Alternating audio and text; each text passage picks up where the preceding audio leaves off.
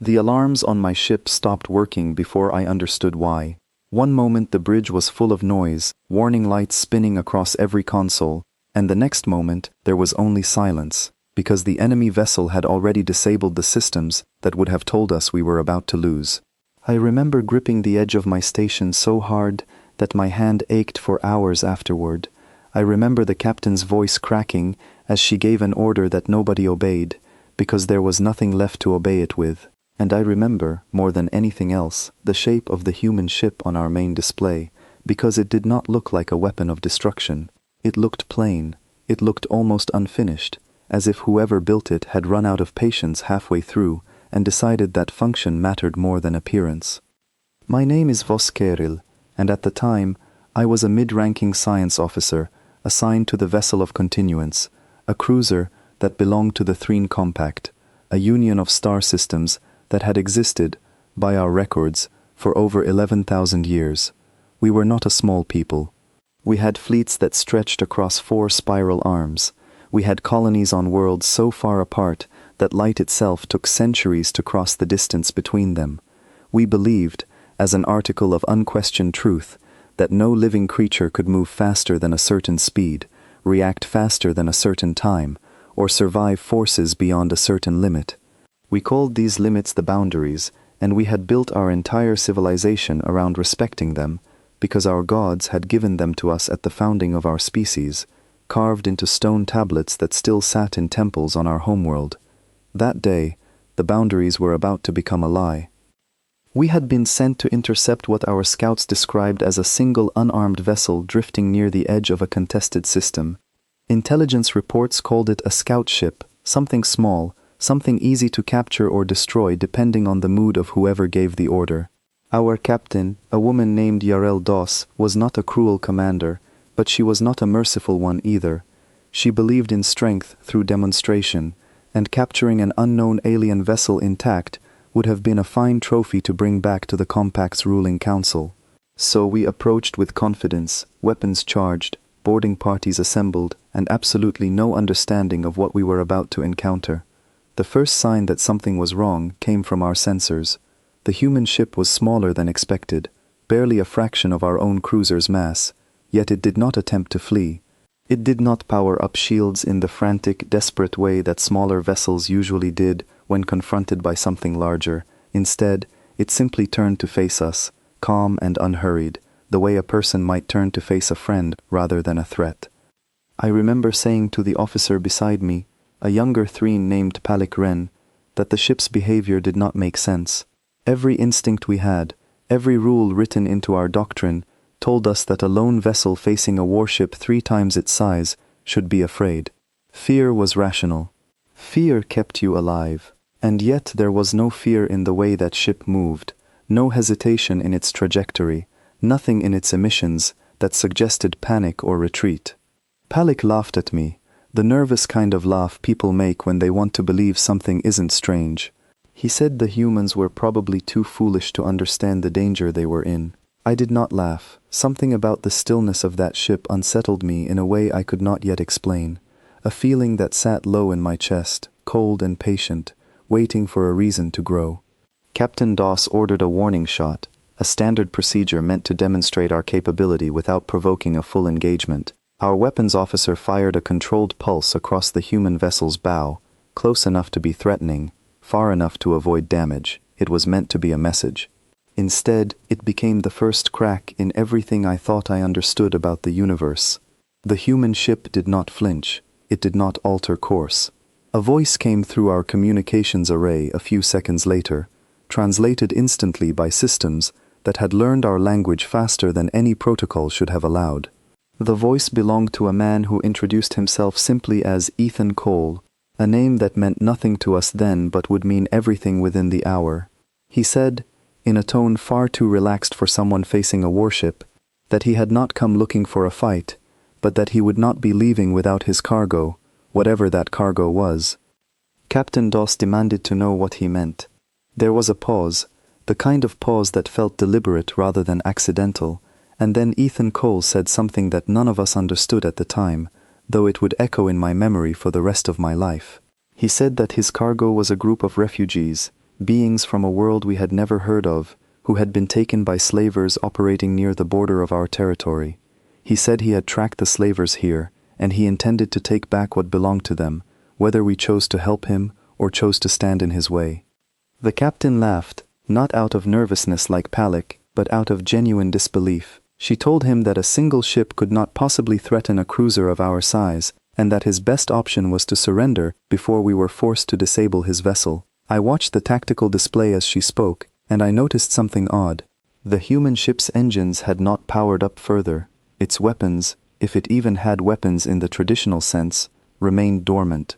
It was not preparing for a fight in any way our sensors could recognize, and yet Ethan Cole's voice carried no fear at all, only a strange, quiet certainty that made my instincts scream louder than before.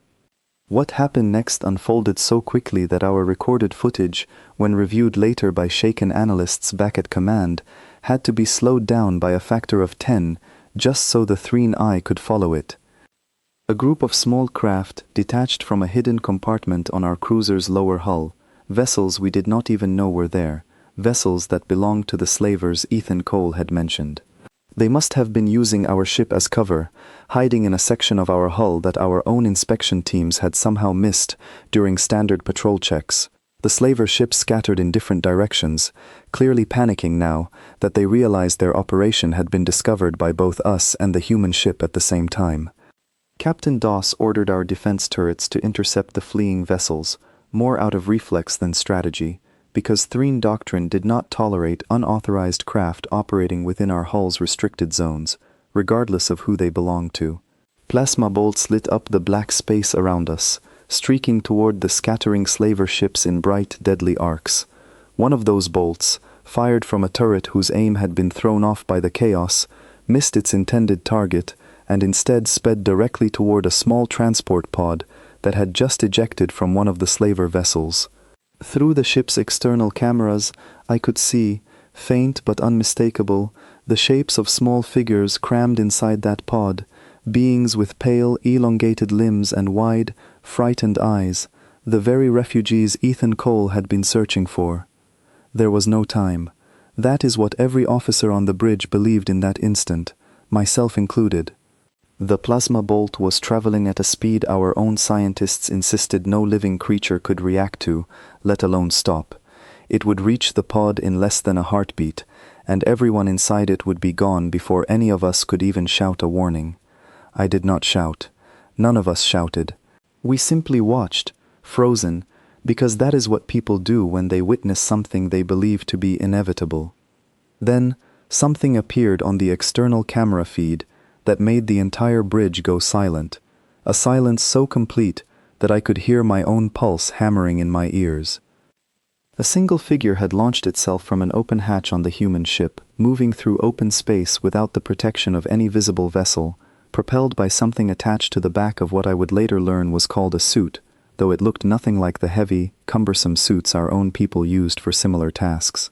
The figure moved not in a straight line, not in the slow, careful arcs that spacewalking required by Threen physiology, but in a single, decisive burst that closed the distance between the human ship and the drifting pod faster than any of our tracking systems could properly render.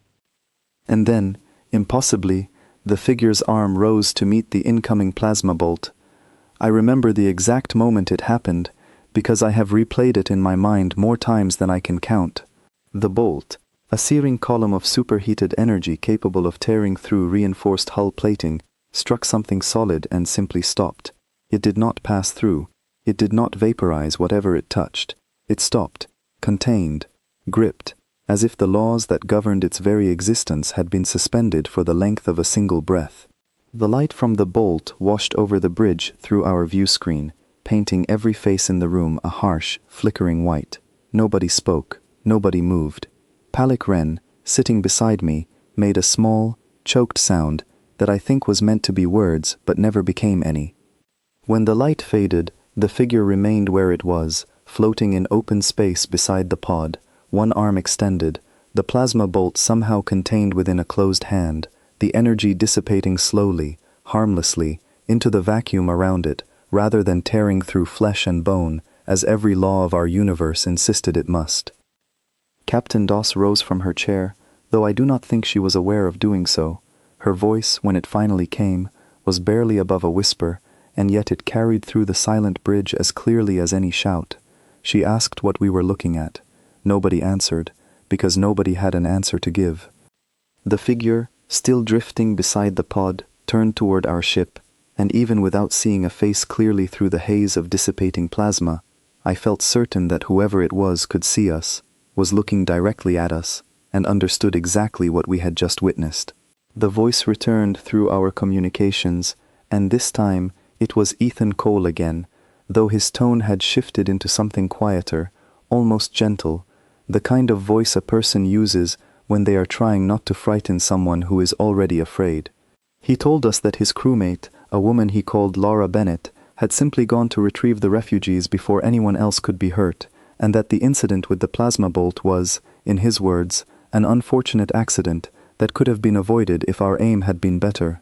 An accident. He called it an accident, as if catching a bolt of raw plasma with a bare hand was an unremarkable event, a minor inconvenience rather than something that should have been physically impossible according to every principle our civilization held sacred. I looked around the bridge at my fellow officers, and I saw the same expression on every face, a mixture of awe and something far colder, something that felt uncomfortably close to fear. Not fear of an attack, not fear of destruction, but a deeper, more unsettling fear, the kind that comes from watching the foundations of your entire understanding of reality begin to crack open in front of you.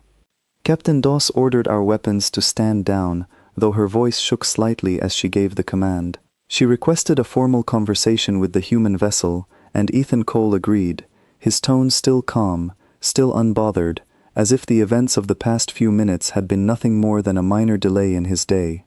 The pod carrying the refugees was pulled safely toward the human ship by the same figure who had caught the bolt, moving now with slow, careful precision, as though the impossible act only moments before had cost her nothing at all.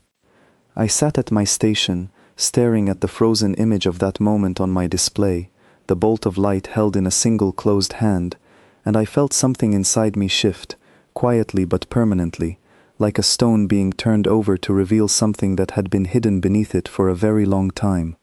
We had been taught since birth that certain limits could never be crossed, that our gods had set boundaries on speed, strength, and endurance that no creature, however skilled or however desperate, could ever break.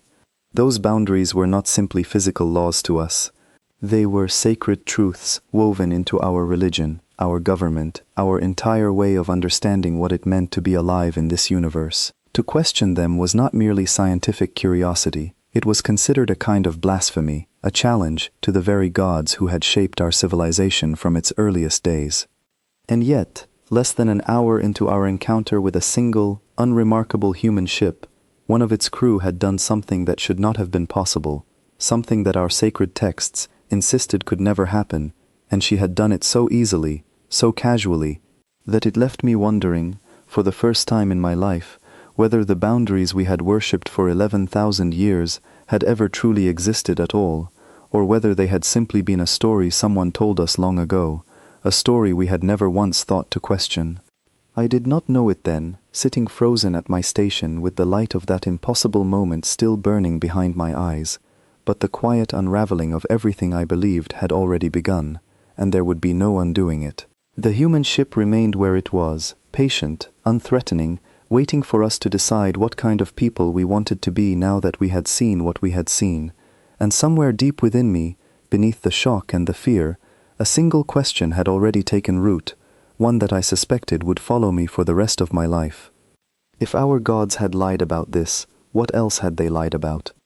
The bridge remained silent for a long time after that, each of us lost in our own private reckoning, and I remember thinking, with a kind of dawning dread, that whatever came next would change us far more than any battle ever could.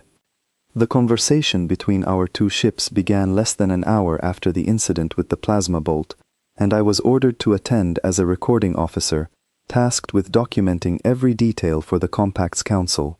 I remember walking to the communications chamber with my hands trembling slightly, not from fear of the humans exactly, but from the strange, dizzying sensation of not knowing what to expect anymore. Every assumption I had carried into that first encounter had already been proven wrong, and I had no idea what new assumptions might collapse before the day was over.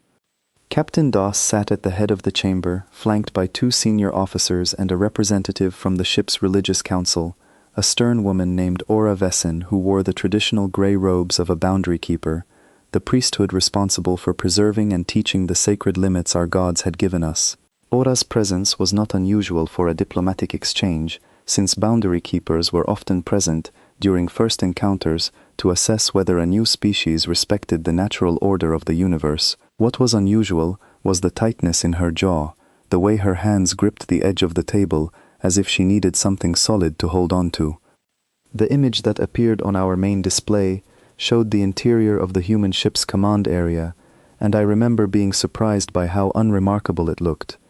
There were no grand decorations, no elaborate symbols of power or authority, just simple metal walls, a few chairs, and screens filled with information that meant nothing to me. Ethan Cole sat near the center of the frame, a man of average height with short brown hair and calm, steady eyes that gave away nothing of what he might be thinking. Beside him stood the woman who had caught the plasma bolt, and I studied her carefully, searching for some visible sign of what she had done, some trace of unnatural power written into her posture or her expression. I found nothing. She looked, for all purposes, entirely ordinary. Her name, Ethan told us, was Laura Bennett, and she offered a small nod of greeting that felt almost embarrassingly casual, given what she had just accomplished. Captain Doss opened the conversation with formal words, the kind reserved for first contact situations, expressing regret over the confusion with the slaver vessels and gratitude for the safe recovery of the refugees. Ethan accepted the words graciously, though there was a flatness to his tone that suggested he was more interested in practical matters than diplomatic courtesy. He asked what we intended to do about the slavers who had used our hull as a hiding place, and Captain Doss assured him that the compact took such crimes seriously that the responsible parties would be hunted down and punished according to our laws.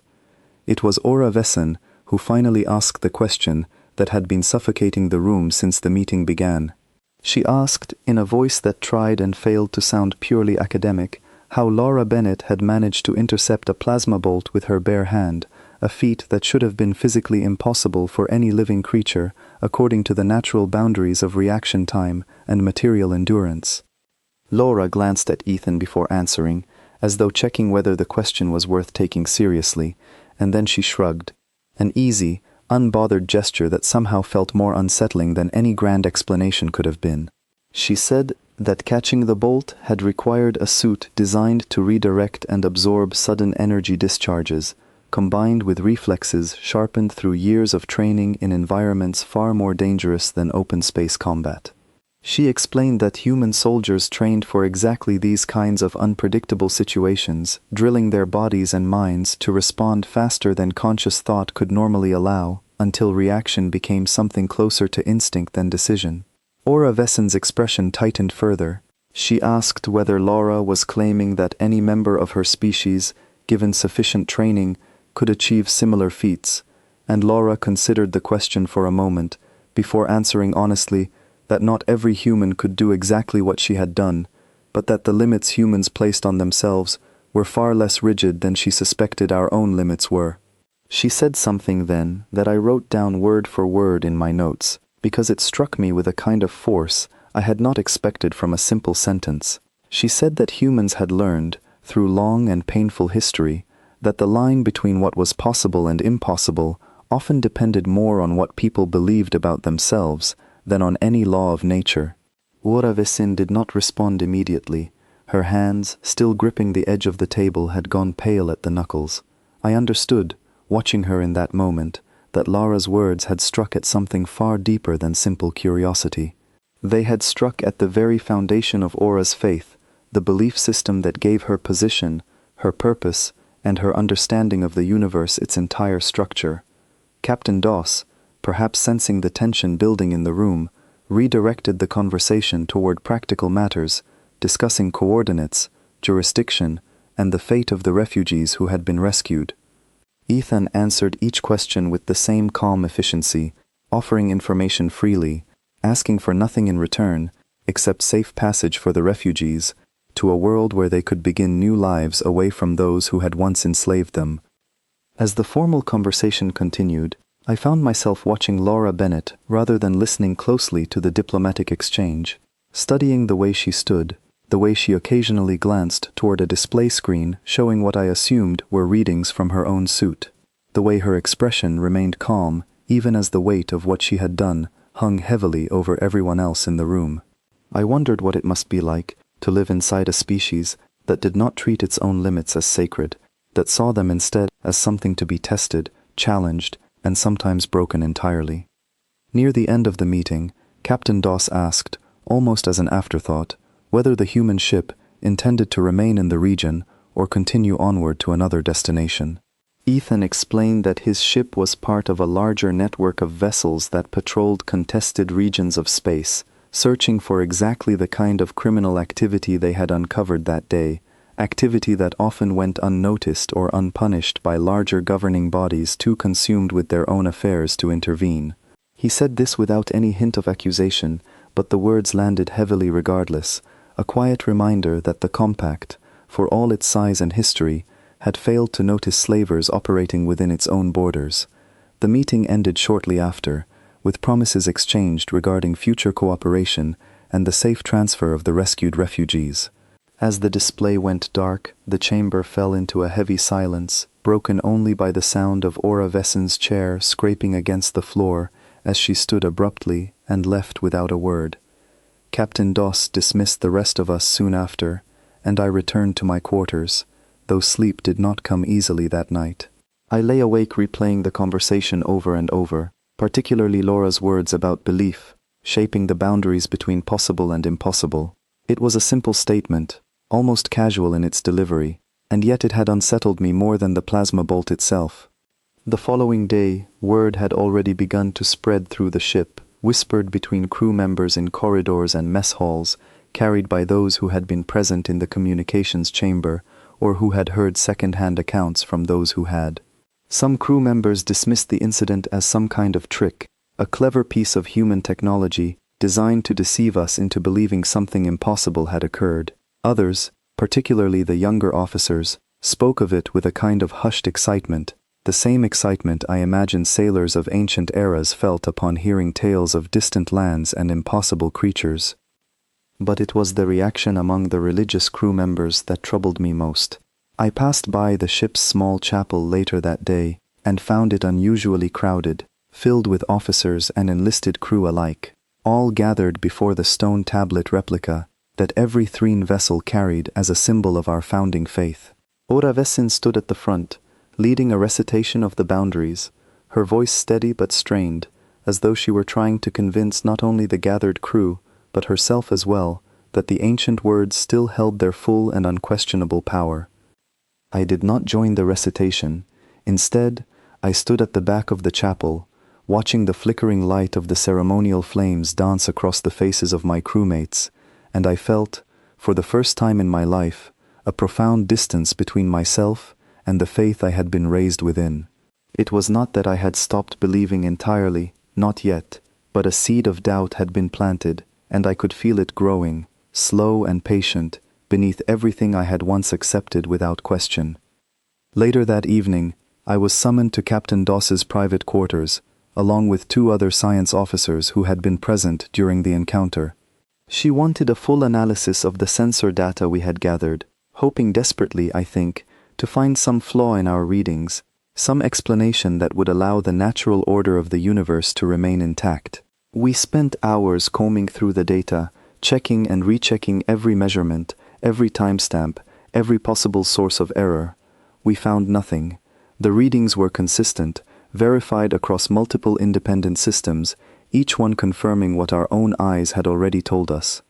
Laura Bennett had moved and reacted at speeds that defied every physical law we understood, and she had done so without any visible strain, any hesitation, any sign that what she had accomplished was anything more than a routine exercise of skill. Captain Doss listened to our report in silence, her expression unreadable, and when we finished, She simply nodded and dismissed us without comment. I left her quarters feeling more unsettled than when I had arrived, because I understood, in that quiet dismissal, that she was just as lost as the rest of us, searching desperately for solid ground in a universe that had suddenly become far less certain than it had been only a day before. As I made my way back to my own quarters that night, I passed by a viewport that looked out toward open space, and I found myself pausing there, staring at the distant stars, thinking about everything that had happened.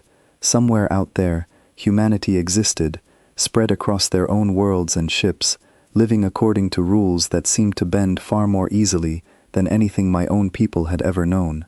I wondered how many other species across the galaxy carried their own version of the boundaries, their own sacred limits passed down through generations, never once questioned, never once tested against the simple possibility that they might not be entirely true.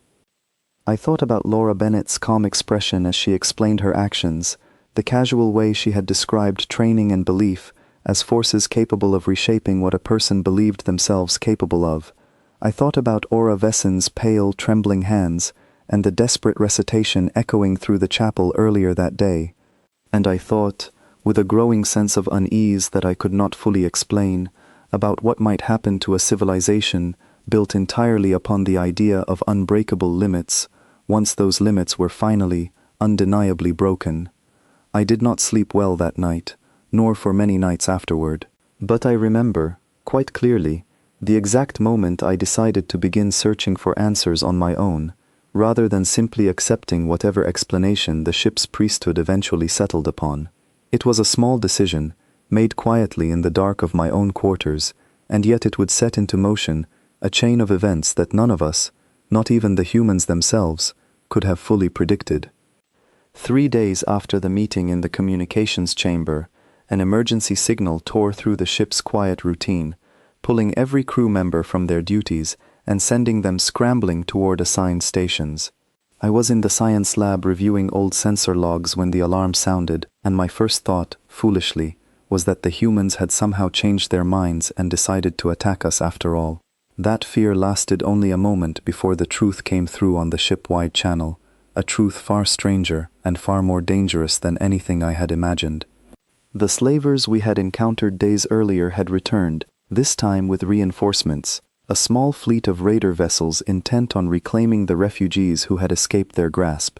They had tracked the transfer point where the rescued beings were being moved from the human ship to a neutral transport vessel bound for a compact controlled world, and they arrived with clear intentions of finishing what they had started. I rushed to my station, heart pounding, and pulled up the tactical display just in time to see 6 raider vessels emerging from a concealed jump point less than 100,000 kilometers from our position. Captain Doss's voice cut through the chaos, ordering weapons online and shields raised, her tone sharp with an urgency that had been absent during our earlier encounter with the humans. This was a threat she understood completely, a threat that followed the rules she had spent her entire career learning to navigate. The transport vessel carrying the refugees was directly in the path of the incoming raiders, its own defenses far too weak to withstand a sustained assault. Our cruiser began moving to intercept, engines straining as we pushed toward maximum acceleration, though I already understood, watching the numbers scroll across my display, that we would not reach the transport in time. The raiders were faster, closer, and utterly without mercy.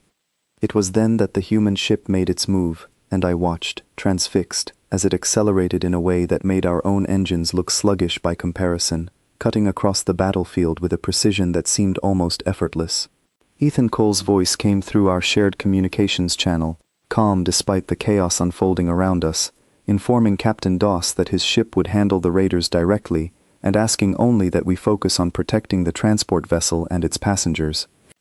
Captain Doss agreed without hesitation, perhaps relieved to have an ally capable of matching the raiders' speed, and our cruiser adjusted course to form a protective barrier around the fleeing transport. I remained glued to my station, watching the human ship weave through incoming fire with a grace that defied everything I understood about vessel maneuverability, each dodge appearing almost too perfect, too precisely timed, to be the result of simple piloting skill. The raiders, clearly unprepared for a single vessel capable of matching their combined speed and firepower, began to scatter, breaking formation in a desperate attempt to overwhelm the human ship from multiple angles at once. It was a reasonable tactic against a normal opponent, the kind of maneuver that would have worked against any Threen vessel of similar size. Against the human ship, it accomplished nothing except giving me a clearer view of what was about to happen. The human vessel's weapons fired in short, controlled bursts, each shot finding its target with an accuracy that left no room for chance. One by one, the raider ships were disabled, their engines crippled, their weapons silenced, until only a single vessel remained, its pilot clearly understanding by then that continued resistance was pointless. I expected the human ship to destroy the final raider outright, the way our own doctrine would have demanded in similar circumstances. Instead, Ethan Cole's voice returned through the channel, calm and unbothered as ever, informing the surviving raider captain that surrender was the only reasonable option remaining, and that continued aggression would only result in further losses that could easily be avoided. The raider captain, a gruff voice belonging to a species I did not recognize, cursed loudly before finally powering down his weapons, and the battle, which had begun with such violent intensity, ended almost as quickly as it had started. The entire engagement, from the raiders' arrival to their surrender, had taken less than 4 minutes, a length of time that felt both impossibly short and unbearably long as I sat frozen at my station, absorbing everything I had just witnessed. Captain Doss ordered boarding parties to secure the disabled raider vessels and take their crews into custody, and the ship fell into the familiar rhythm of post-battle procedure, officers moving briskly through corridors, medical teams preparing for potential casualties, security personnel readying restraint equipment for prisoners. I remained at my station longer than necessary, unable to fully process what I had just seen, and it was Palik Ren who eventually approached me, his own expression carrying the same shaken uncertainty I felt. He asked whether I had noticed the timing of the human ship's movements, the way each maneuver seemed to anticipate the raiders' actions before they even occurred. I admitted that I had noticed, and that the observation troubled me deeply, because anticipation of that precision suggested reaction times far beyond anything our own science considered achievable, even accounting for the enhanced reflexes Laura Bennett had described during our earlier meeting. We decided, without much discussion, to review the recorded footage together in the science lab once our shifts ended, hoping that a closer examination might reveal some detail we had missed in the chaos of the live engagement. What we found, after hours of careful analysis, only deepened the unease that had been growing within me since the incident with the plasma bolt. The human ship's pilot, whom Ethan later identified as a young man named Owen Marsh, had executed maneuvers that our own simulations, when run against identical variables, calculated as having less than a fraction of a % chance of success using conventional piloting methods. And yet Owen Marsh had performed each maneuver flawlessly, without a single moment of hesitation, as though the immense complexity of the task presented no meaningful challenge at all. Palik asked the question that had been sitting heavily on both our minds since we began the analysis. He asked whether it was possible that humans, as a species, existed entirely outside the natural boundaries that governed every other form of life in the known galaxy. I did not have an answer for him, not then, though the question itself felt dangerous in a way I struggled to articulate, a question that, once asked aloud, could not easily be unasked. Word of the battle spread quickly through the ship, and this time the reaction among the crew was markedly different from the quiet unease that had followed our first encounter with the humans. There was a new tension now, sharper and more fearful, because the crew had witnessed firsthand what the humans were capable of, not just in isolated acts of individual heroism, but in coordinated combat against a genuine threat. The raiders, dangerous enough to warrant a full military response from our own fleet under normal circumstances, had been neutralized by a single human vessel in a matter of minutes, without a single human casualty. Oravesin called for a formal gathering of the ship's religious council that evening, and though I was not technically required to attend, I found myself drawn there regardless, driven by a need to understand how the priesthood intended to reconcile what had happened with the sacred teachings they had spent their lives upholding. The gathering was tense, filled with raised voices and conflicting opinions, a stark contrast to the usual calm, measured discussions I had witnessed during previous religious council meetings.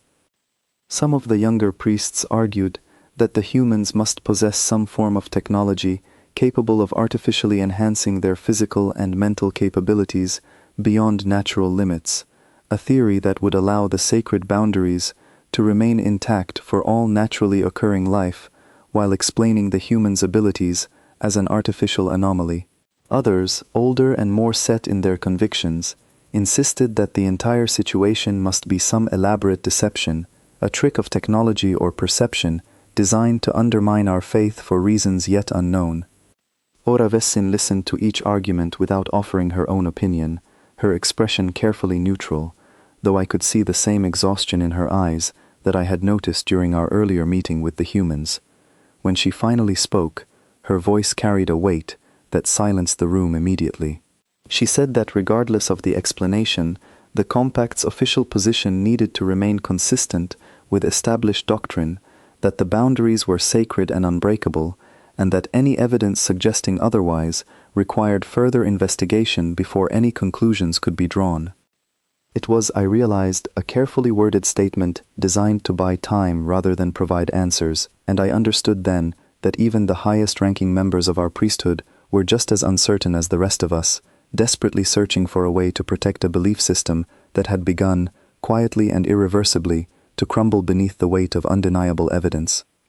I left the gathering that night feeling more unsettled than reassured, and I found myself once again standing before a viewport, staring out at the stars, though this time my thoughts were not focused solely on the humans and their strange, boundary-defying abilities.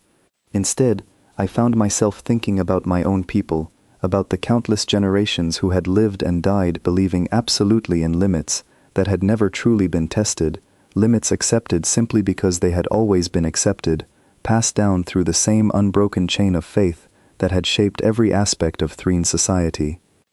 I thought about how easily an entire civilization could organize itself around an idea, true or not, simply because questioning that idea felt too dangerous, too disruptive to the comfortable order it provided. And I wondered, with a growing sense of unease that I could not shake, how many other lies, small and large, had been woven so tightly into the fabric of our history that we had long since stopped recognizing them as anything other than absolute truth. The following morning, Captain Doss called me into her office, along with Palik and several other officers who had been involved in analyzing the battle data.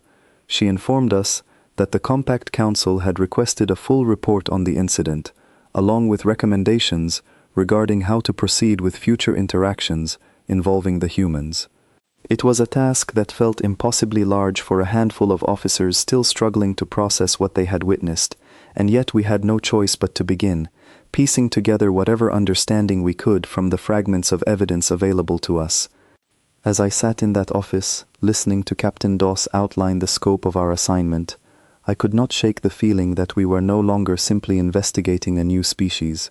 We were, in some fundamental way, investigating ourselves, and the answers we found, whatever they turned out to be, would change the Compact far more permanently than any war or conquest ever could.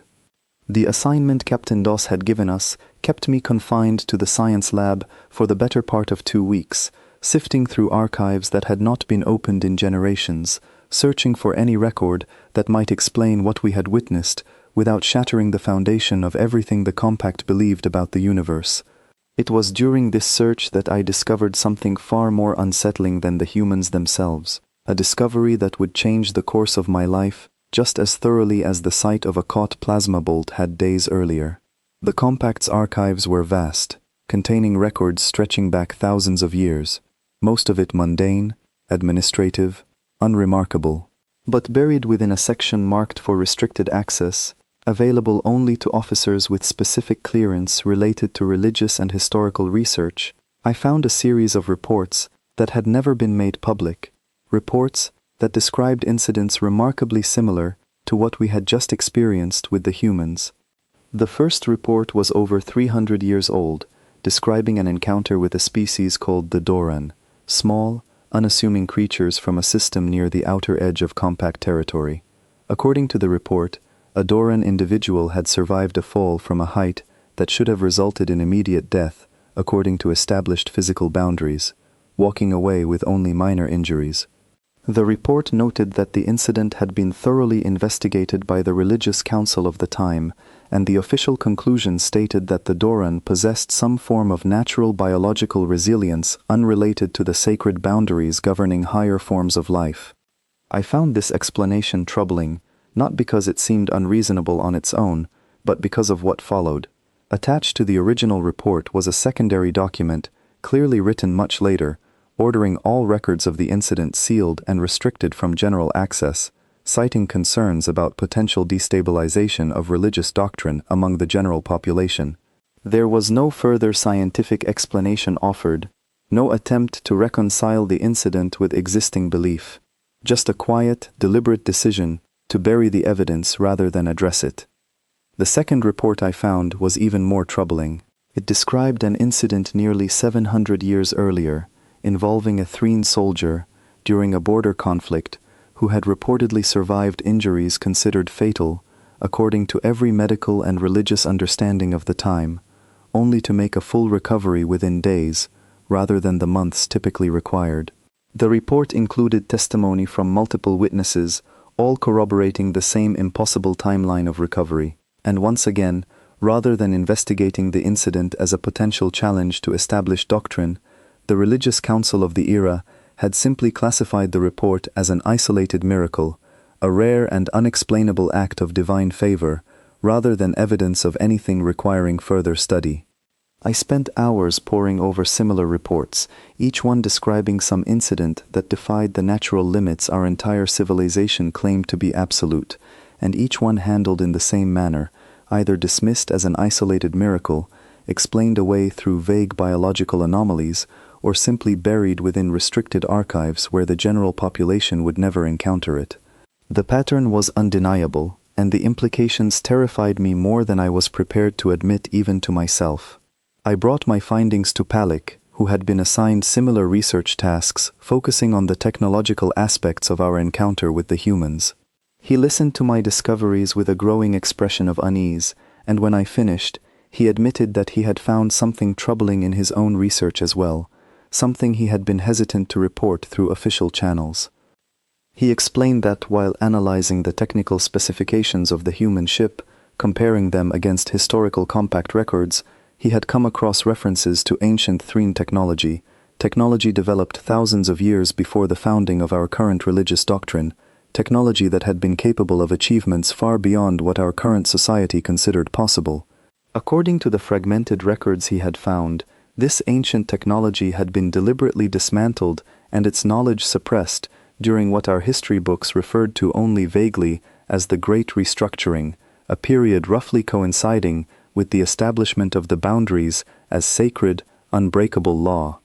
The implications of what we had both discovered sat heavily between us as we discussed it late into the night in the empty science lab, the rest of the crew long since retired to their quarters. If the boundaries had not always existed as an absolute truth, if they had instead been established deliberately during a specific period in our history, then the question became not whether they were true, but why they had been created in the first place, and who had benefited from an entire civilization believing so completely in limits that might never have been entirely real. Palik suggested, cautiously, that perhaps the boundaries had originally served a practical purpose, perhaps preventing dangerous or reckless behavior during a chaotic period in our early history, and had simply calcified into religious doctrine over the following centuries as their original purpose was forgotten.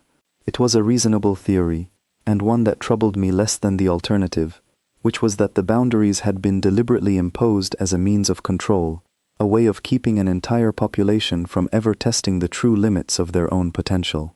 I did not know which explanation was correct, and in many ways, I still do not know for certain even now, though the events that followed in the weeks and months ahead would push me strongly toward believing the latter possibility rather than the former. We brought our findings to Captain Doss the following day, uncertain how she would react to information that so directly challenged the foundation of compact society. She listened without interrupting, her expression growing increasingly troubled as we outlined the historical reports and the fragmented references to suppressed ancient technology. When we finished, she sat in silence for a long moment before finally speaking, her voice quieter and more measured than I had ever heard it. She told us that the information we had uncovered needed to be handled with extreme caution, not because she doubted its validity, but because she understood, perhaps better than either of us, how dangerous such knowledge could be if released carelessly into a society built entirely upon unquestioned faith. She explained that the compact's stability depended, in many ways, on the shared belief system that united its countless worlds and species, and that undermining that belief system too quickly, without careful preparation, could result in chaos far more destructive than any external threat we had ever faced. I understood her caution, even as it frustrated me deeply. The desire to protect stability was not inherently wrong, but I could not shake the feeling that stability built upon a lie, however well-intentioned, was ultimately no stability at all, simply a fragile illusion waiting for the right moment to collapse. Captain Doss ordered us to continue our research quietly, without drawing unnecessary attention from the ship's religious council, while she considered how best to present our findings to the compact's higher authorities. It was during this period of quiet investigation that I began spending more time in communication with the human crew, initially under the guise of gathering additional information for our official report, though in truth, my motivations had become far more personal. I spoke frequently with Laura Bennett, curious to understand more about how human society approached the concept of physical and mental limits. She explained, with the same casual honesty she had shown during our first meeting, that human history was filled with countless examples of individuals achieving what others believed to be impossible, not through some inherent biological advantage, but through sheer determination, rigorous training, and a fundamental refusal to accept limitation as an unchangeable fact. She told me stories of humans who had survived injuries considered fatal, who had achieved feats of strength and endurance that defied medical predictions, who had accomplished things that experts of their own time insisted were beyond human capability, only to be proven wrong again and again throughout their history. She explained that humans did not view their limits as sacred or fixed, but as challenges to be tested, questioned, and frequently overcome, a fundamental difference in perspective that seemed to explain much of what I had witnessed since our first encounter. I asked her, during one particularly long conversation, whether she believed every species carried similar untapped potential, hidden beneath layers of belief and cultural conditioning that convinced them certain achievements were simply impossible. She considered the question carefully before answering, and her response, though delivered casually, struck me with a force I had not anticipated. She said that she suspected most species, including my own, were capable of far more than they believed themselves to be, but that breaking free from generations of ingrained belief was often harder than any physical challenge could ever be. She said that the most dangerous boundaries were rarely physical at all, but psychological, built not from natural law, but from fear, tradition, and the comfortable certainty of never having to test what might lie beyond them. Her words stayed with me long after our conversation ended, echoing through my thoughts as I continued my research in the quiet hours of the ship's night cycle. I began to understand, slowly and with growing unease, that the true nightmare our civilization now faced was not the humans themselves, nor their strange and boundary-defying abilities. The true nightmare was the possibility that everything we had built, our entire society, our faith, our understanding of what was and was not achievable, might have been constructed upon a foundation far less solid than we had ever dared to imagine.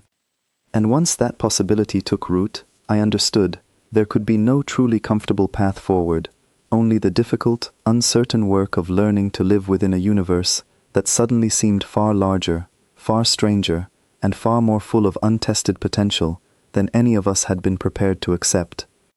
I requested a formal meeting with Ethan Cole roughly 3 weeks after our first encounter, hoping to speak with him directly rather than continuing to gather fragments of understanding through second-hand conversations with his crew.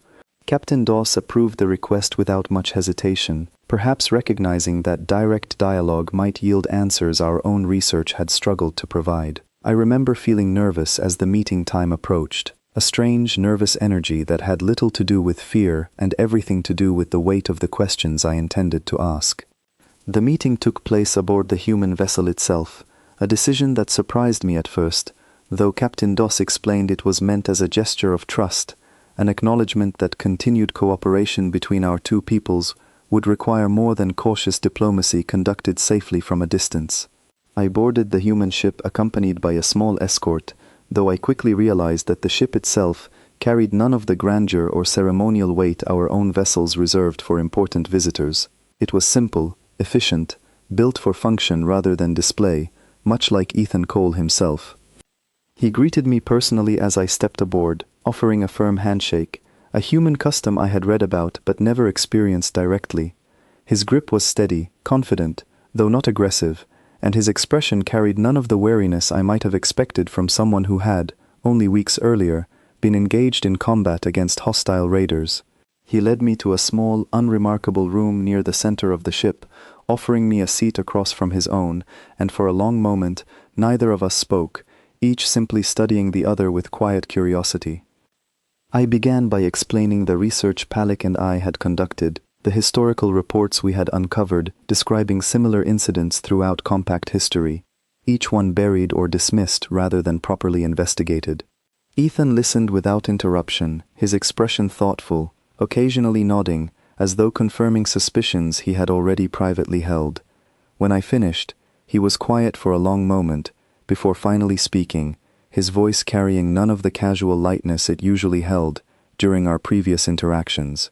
He told me that humanity had encountered similar patterns before, not just with my own people, but with several other species scattered across the galaxy, each one carrying some version of sacred, unquestionable limitation woven so deeply into their culture that questioning it felt tantamount to abandoning their own identity.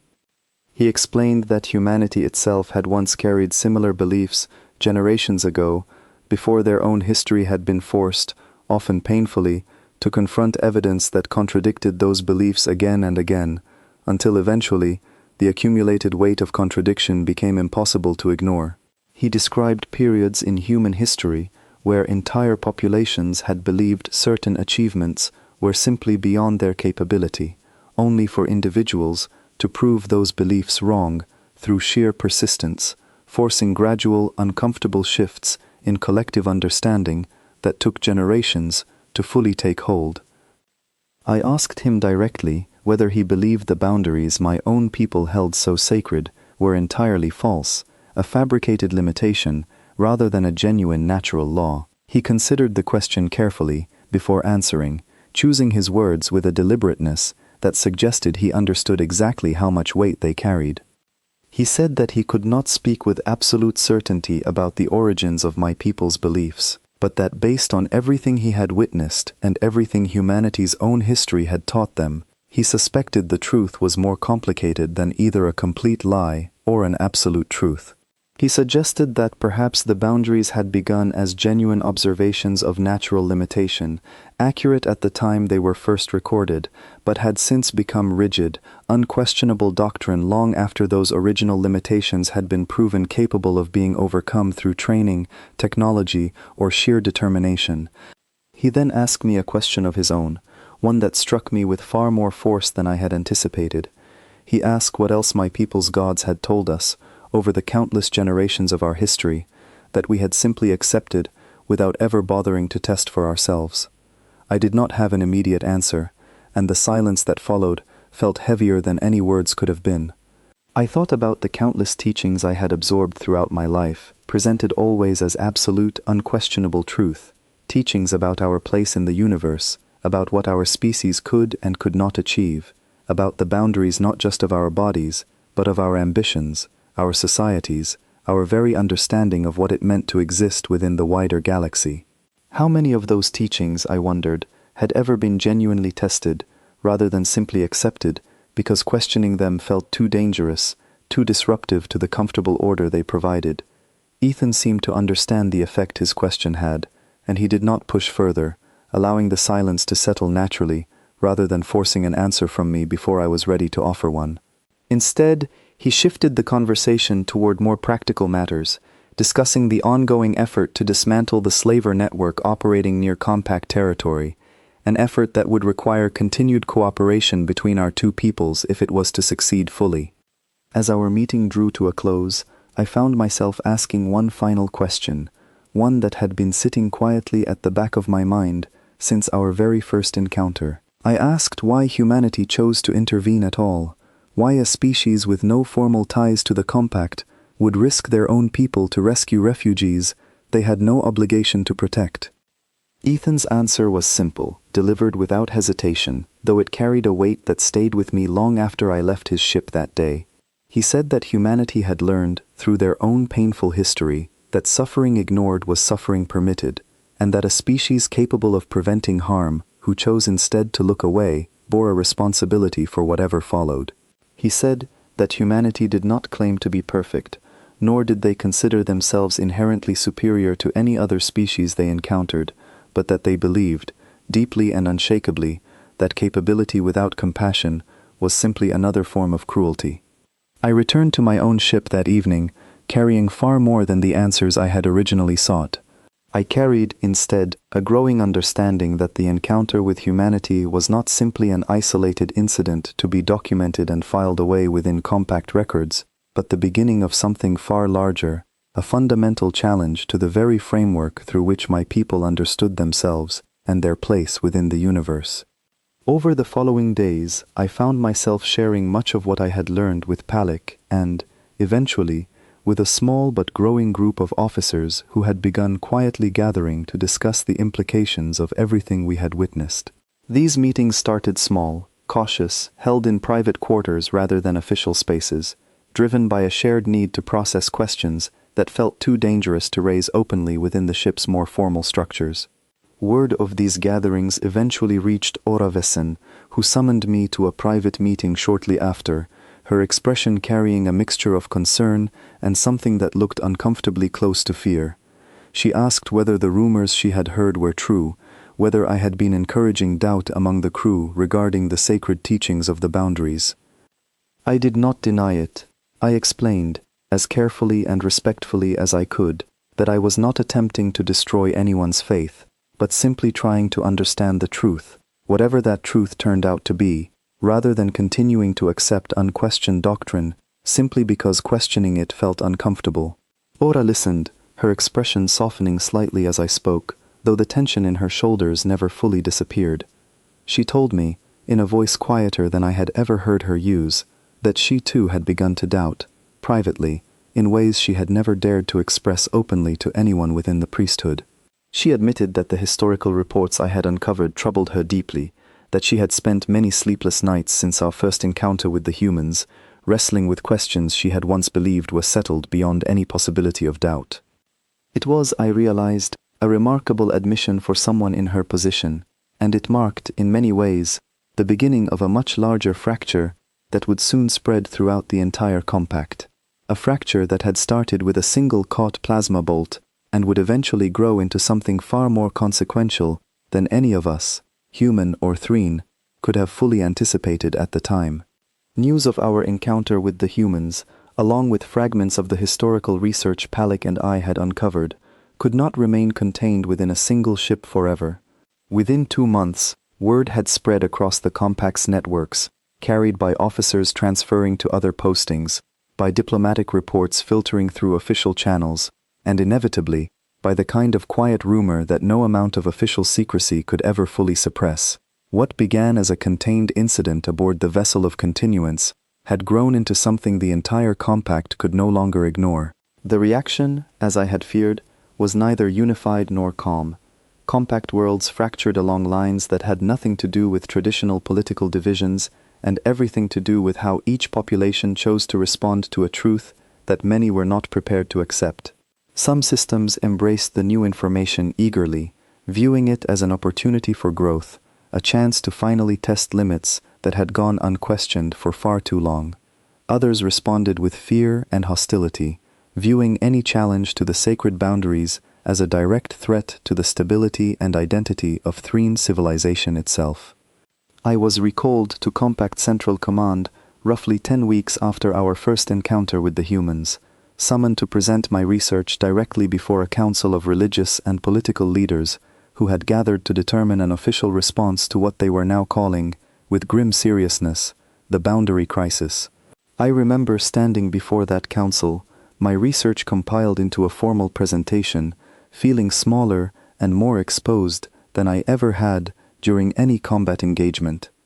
The council chamber itself was ancient, built centuries before my own birth, its walls lined with carvings depicting the founding myths of our civilization, each one reinforcing the sacred nature of the very boundaries I had come to present evidence against. I spoke for nearly 2 hours, outlining the historical reports, the suppressed evidence, the testimony from our encounters with the human crew, watching carefully as expressions across the chamber shifted between disbelief, anger, and, in a smaller number of faces, quiet, dawning recognition. When I finished, the chamber erupted into fierce debate that lasted well into the following day. Some council members argued passionately that my research represented a dangerous heresy, a deliberate attempt to undermine the stability of our entire civilization through unverified claims and misleading historical interpretation. Others argued just as passionately that ignoring clear evidence, simply because it challenged comfortable belief, represented a far greater danger than any temporary instability caused by confronting an uncomfortable truth. Ora Vessin, who had traveled with me to present her own findings regarding the religious implications of our discoveries, spoke eloquently before the council, urging caution but also honesty, arguing that a faith built upon willful ignorance was no faith worth preserving, and that the compact's long-term stability depended far more on trust and truth than on maintaining doctrine that could no longer withstand basic scrutiny. The council's eventual decision, reached after days of continued debate, was a compromise that satisfied almost no one fully.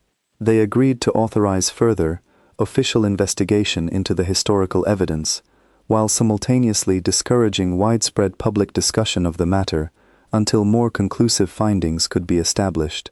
It was, in many ways, exactly the kind of cautious, incremental approach Captain Doss had originally advocated, though I could not shake the feeling that such caution, however well-intentioned, would ultimately prove insufficient against the growing tide of change already sweeping across the Compact's many worlds.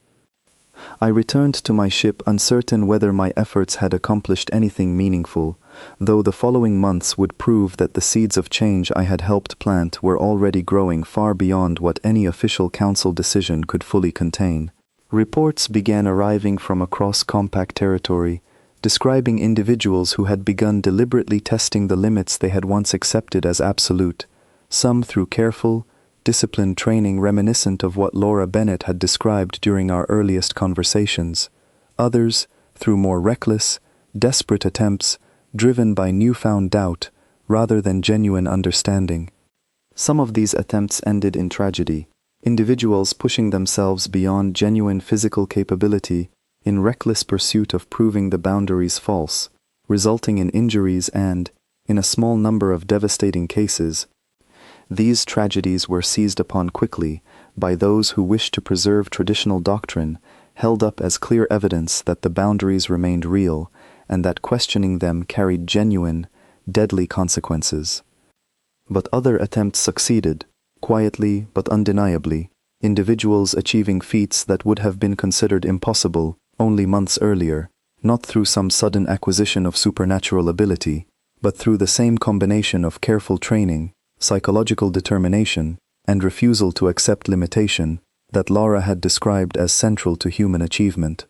These successes, though fewer in number, carried a weight that could not be easily dismissed, each one a small but significant crack in the foundation of belief that had shaped our civilization for over 11,000 years. I found myself, during this turbulent period, increasingly caught between two worlds, respected by those who saw me as an important voice for necessary change, distrusted by those who viewed me as a dangerous instigator of chaos and instability. Ora Vesen, who had once represented the unwavering authority of traditional doctrine, became an unlikely ally during this period, using her position within the priesthood to advocate for careful, honest reform, rather than reckless abandonment of every teaching our people had once held sacred. Together, we worked to establish what eventually became known as the Reconciliation Councils, gatherings held across various compact worlds where scientists, religious leaders, and ordinary citizens could come together to discuss the evidence openly, without the fear and secrecy that had characterized the compact's initial response. These councils were not always peaceful, often devolving into heated arguments between those desperate to preserve traditional certainty and those eager to embrace a more open, uncertain understanding of what our species might truly be capable of achieving. Throughout this period, contact with the human crew continued, though it evolved from the cautious diplomacy of our first encounters into something closer to genuine partnership. Ethan Cole and his crew assisted with several additional operations against slaver networks operating near compact territory, and their continued presence, along with their willingness to answer questions honestly, rather than presenting themselves as beings of unquestionable superiority, helped many across the compact begin to see them not as gods or demons, but simply as another species, one that had confronted similar questions about the nature of limitation, long before we had been forced to do the same. I spoke with Laura Bennett again during this period, curious to understand how humanity itself had navigated the difficult transition from believing in fixed limitation to embracing the uncertain possibility of growth beyond what was once considered achievable. She told me that the transition had never been smooth or complete, that human history remained filled with ongoing debates about the true extent of their own potential, debates that continued even within her own lifetime. She said something during that conversation that I have carried with me ever since, a simple observation that captured, more clearly than any of my own research had managed, the true nature of what our civilization was now confronting. She said that the discovery of a lie does not automatically reveal the truth, but simply clears space for genuine searching to finally begin, a process that was often more difficult and more uncertain than living comfortably within a well-established falsehood. Her words stayed with me as I continued my work across the following months, watching my own civilization slowly, painfully begin the difficult process of rebuilding its understanding of itself from a foundation that could no longer be taken for granted.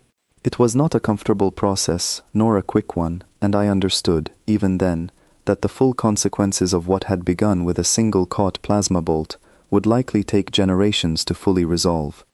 But for the first time in my life, I found myself genuinely curious about what my own people might eventually become, once freed from limitations that had never truly been as absolute as we had once believed.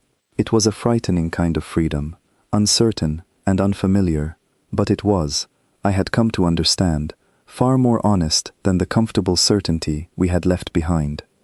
A full year had passed since the day our cruiser first encountered the human vessel near the edge of contested space, and as I stood once again before a viewport, watching the distant stars stretch endlessly across the black, I found myself reflecting on just how completely that single encounter had reshaped not only my own understanding of the universe, but the entire trajectory of Threen civilization itself. The compact had changed, though not in the sudden, dramatic fashion some had feared and others had hoped for. Change, I had come to understand, rarely arrived as a single, decisive moment. It arrived instead as a slow accumulation of small shifts, individual decisions to question rather than accept, to test rather than assume, each one contributing to a larger transformation that could only be fully appreciated when viewed across the span of months and years rather than days. The reconciliation councils that Ora Vesson and I had helped establish continued to meet across compact territory, no longer viewed with the same fearful suspicion that had characterized their earliest gatherings. They had become, instead, a genuine part of compact society, spaces where old certainties could be examined honestly, where new possibilities could be explored without the crushing weight of doctrine demanding immediate, unquestioning acceptance. Not everyone had embraced this transformation, and I understood, with a clarity I had lacked during those first uncertain weeks, that not everyone ever would. Some compact worlds had doubled down on traditional doctrine, rejecting the evidence entirely, choosing instead to view the humans and everything associated with their arrival as a dangerous, corrupting influence to be resisted rather than understood. Tensions between these more traditional worlds and those embracing reform had grown increasingly strained, and I suspected, with some sadness, that this division would likely deepen before it ever had a chance to heal. But other worlds had embraced the uncertainty with a kind of cautious enthusiasm that I found genuinely hopeful. Training programs had begun emerging across several compact systems, programs designed not to promise impossible feats, but to help individuals understand the true extent of their own capabilities, free from the artificial ceiling that centuries of unquestioned belief had imposed upon them. Some of these programs produced remarkable results, individuals achieving feats of endurance, precision, and resilience that would have seemed like religious miracles only a year earlier, now understood instead as the product of disciplined effort and a willingness to question inherited limitation. I had remained aboard the vessel of continuance throughout this entire period, continuing my work alongside Captain Doss, who had grown increasingly thoughtful and measured in her approach to the ongoing changes reshaping compact society. Palik had eventually transferred to a research vessel dedicated entirely to studying the ancient, suppressed technology we had first discovered evidence of during our earliest investigation, hoping to understand more fully what our ancestors had accomplished before the great restructuring had buried that knowledge beneath generations of enforced doctrine. Ethan Cole and his crew continued their operations along the border regions, though I understood their mission extended far beyond our own small corner of the galaxy, part of a much larger effort to confront injustice and suffering wherever it could be found, regardless of species or political boundary. I spoke with him occasionally during this period, brief conversations exchanged across the growing distance that separated our respective duties, though each conversation left me with new questions to consider, new perspectives to weigh against everything I had once believed absolute. During one such conversation, held shortly before the anniversary of our first encounter, I asked him a question that had been building within me for many months, one I had hesitated to ask directly until then. I asked whether he believed humanity itself had finally discovered the true extent of their own capabilities, or whether even they continued to carry hidden boundaries, invisible limitations they had not yet learned to recognize or question. He considered the question carefully, as he always did, before offering an answer that I have carried with me ever since, one that I believe captures, more completely than anything else I encountered during that transformative year, the true lesson our people had been forced to confront. He said that he doubted any species, human or otherwise, could ever claim to have discovered the complete truth of their own potential, because the process of questioning inherited limitation was not a single event with a definitive conclusion, but an ongoing practice, one that required constant vigilance against the comfortable temptation to accept new certainties as quickly and unquestioningly as the old ones had once been accepted. He said that the true danger was never the existence of limits themselves, since some limits were genuinely real and worth respecting, but the refusal to test which limits were real and which were simply inherited assumption, passed down through generations without ever being properly examined. He said that humanity's own history remained an ongoing negotiation between courage and caution, between pushing boundaries and respecting genuine danger, a negotiation that would likely continue for as long as humanity itself existed. His words settled something within me that had remained unsettled since that first fateful encounter, a recognition that the goal was never to replace one set of absolute certainties with another, but to embrace a more difficult, more honest relationship with uncertainty itself, one that required constant questioning rather than comfortable acceptance, regardless of which direction that questioning ultimately led. As I stood before that viewport, reflecting on everything that had unfolded across the past year, I found myself thinking once more about the moment that had started it all, the image of a bolt of plasma held motionless within a single closed hand, an image that had shattered, in an instant, everything I had once believed about the nature of possibility itself. I understood now, with a clarity that would have seemed impossible to me before that day, that the true nightmare our galaxy now faced was never really about the humans themselves, despite the fear and uncertainty their arrival had initially provoked, among so many across compact territory. The true nightmare, the one that would likely continue haunting every civilization humanity eventually encountered, was the unsettling recognition that every species carried within itself untested potential, hidden behind walls of inherited belief that felt, until tested, every bit as real and unbreakable as any genuine law of nature. Humanity had not conquered our galaxy through weapons or force, though their capabilities in that regard remained formidable enough to have ended our cruiser in mere moments had they chosen a different, more hostile approach during our first encounter. They had conquered something far more fundamental instead, simply by existing as living proof that the boundaries so many civilizations had accepted as sacred and absolute might never have been as fixed as those civilizations had once believed. That was the true nightmare, I understood now, standing quietly before the endless stars stretching out beyond my viewport. Not fear of what humanity might do to us, but fear of what we might discover about ourselves, once we finally found the courage to test the walls we had spent countless generations building around our own potential, walls we had once called sacred, unbreakable, and absolute, walls that had turned out, in the end, to be nothing more than a story we had told ourselves for far too long, a story finally shattered by the simple, undeniable sight of a single human hand closing gently around fire.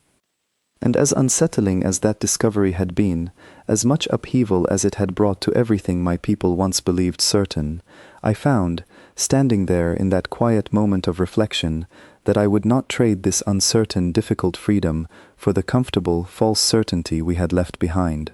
Whatever challenges awaited us in the uncertain future ahead, I understood now that they would be challenges we faced honestly, with open eyes, rather than limitations we accepted blindly, simply because questioning them had once felt too dangerous to attempt.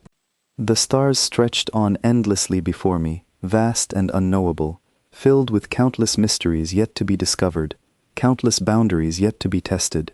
And for the first time since that fateful encounter began, I found myself looking toward that vast unknown not with fear, but with something closer to hope, curious to discover, alongside the rest of my transformed civilization, exactly how far the true limits of our potential might actually extend, once we finally found the courage to stop simply believing, and instead began to genuinely find out.